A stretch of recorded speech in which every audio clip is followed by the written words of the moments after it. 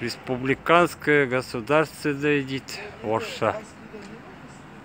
Қазақшасы Қазақстан Республикасы сыбайлас жемқорлыққа қарсы іс-қимыл әрекеттегінің өздері білмейді мынау не жазып қойғандарын. Сыбайлас жемқорлыққа қарсы қызмет Қарағанды облысы бойынша департаменті дейді міне.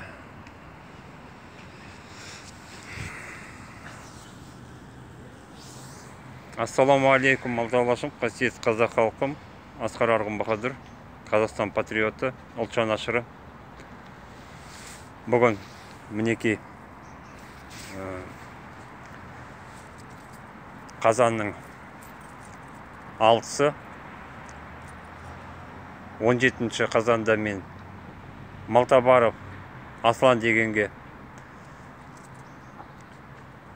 қылмыстық іс қозғау жөнінде осы антикоррупциялық комитетке кеп жазып кеткем. Арыз ешқандай, міне бір ай болып қалды, 20 күннен асты, ешқандай не жоқ, хабар жоқ. Сол себепті біз мәжге келдік қайттан талап етіп. Жаңағы Аслан Малтабаров деген мен Астанадан келгенде 10-шы күні осындай маған шабуыл жасаған болатын.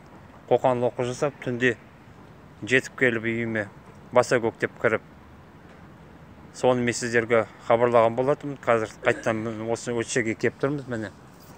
Міне тамаша осындай ғимарат.